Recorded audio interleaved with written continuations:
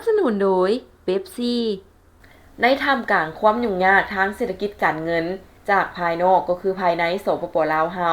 ธนาคารแห่งสปป.ลาวแม่นได้เฮ็ดหน้าที่การเมืองของตนด้วยความเอาใจใส่พร้อมได้กำหนดสีน้ำเวียกจุดสูงในเฉพาะหน้านี้แนใส่รักษาเสถียรภาพเงินตราของประเทศให้มีความมั่นเที่ยงซึ่งท่านพานุศักดิ์แก่นวงศ์พระจันทร์หัวหน้าห้องการธนาคารแห่งสปป.ลาวได้กล่าวรายงานว่าบรรดาท่านที่นับถือในระยะต่อหน้านี้สภาพเศรษฐกิจของสปป.ลาวยังจะสืบต่อประเสริญกับสิ่งท้าทายและยากที่จะคาดคะเนได้โดยเฉพาะการเปลี่ยนแปลงของค่าเงินราคาค้ำและราคาน้ำมันในตลาดสากลย้อนทิศทางด้านเศรษฐกิจของบรรดาประเทศยุทธศาสตร์ในขณะที่ภายในประเทศยังมีความบ่สมดุลระหว่างความต้องการและการสนองเงินตราต่างประเทศเนื่องจากพันธะการชำระกับต่างประเทศจากการนำเข้าและหนี้สินต่อต่างประเทศยังมีสูงบรรดาปัจจัยเหล่านี้ล้วนแต่เป็นแรงกดดันและส่งผลกระทบต่อการรักษาเสถียรภาพทางด้านเงินตราถึงอย่างไรก็ตามธนาคารแห่งสปป.ลาวจะสืบต่อจะตั้งปฏิบัติหน้าที่การเมืองของตนโดยเฉพาะจะสุมใส่บางเวียกจุดสูงต้นต่อในเดือนเมษายน2025คือดังนี้ปัญหาที่1เวียกงานรักษาเสถียรภาพธนาคารแห่งสปป.ลาวจะสืบต่อดำเนินนโยบายเงินตราแบบผสมผสานสืบต่อปรับปรุงเครื่องมือนโยบายเงินตราให้สอดคล้องกับสภาพ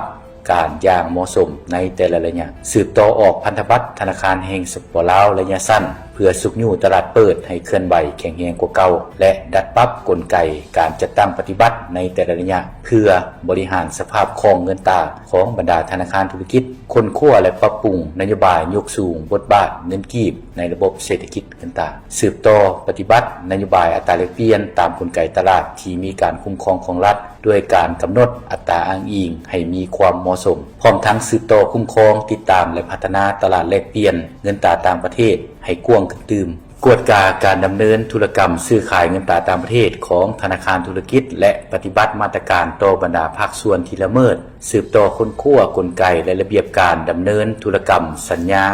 ซื้อขายฝากเงินตราต่างประเทศเคียงคู่กันนี้ธนาคารแห่งสปป.ลาวจะสืบต่อติดตามอย่างใกล้ชิดเกี่ยวกับสภาพนโยบายด้านภาษีนำเข้าของสหรัฐอเมริกา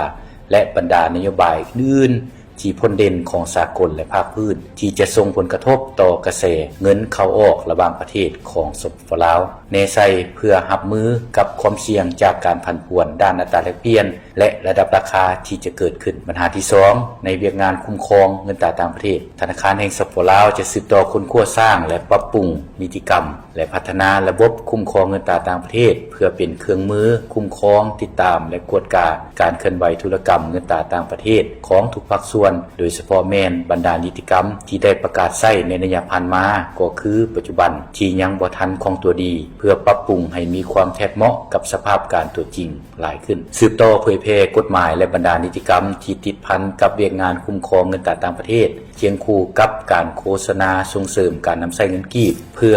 ปลุกระดมสังคมให้ยกสูงคุณค่าเงินกีบและหันการคุ้มครอง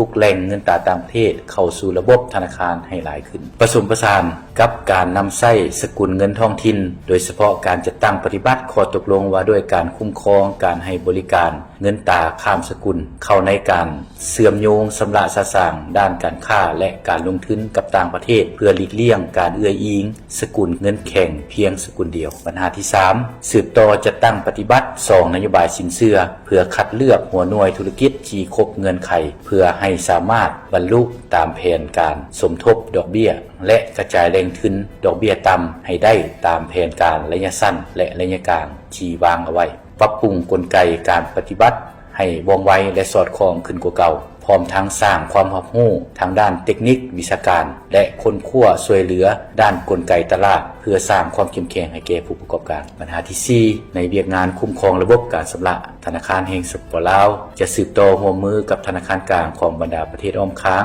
เพื่อค้นคว้ากลไกนำใช้สกุลเงินท้องถิ่นเข้าในการชำระต่างๆต้นสสเวียดนามสปป.จีน กัมพูเชียและไทยพร้อมทั้งสืบต่อค้นคว้าการเชื่อมต่อระบบการชำระย่อยในรูปแบบ QR Code กับประเทศใกล้เคียงโดยเฉพาะแม่นการค้นคว้ารับชำระเงินดิจิตอลหยวนร่วมกับธนาคารประชาชนจีนนอกจากนี้ธนาคารแห่งสปปลาวจะสืบต่อสุกยู่การเข้าร่วมของบรรดาผู้ให้บริการชำระที่บ่แม่นธนาคารธุรกิจสามารถเสื่อมชำระกับธนาคารธุรกิจได้โดยผ่านระบบกลางของ LabNet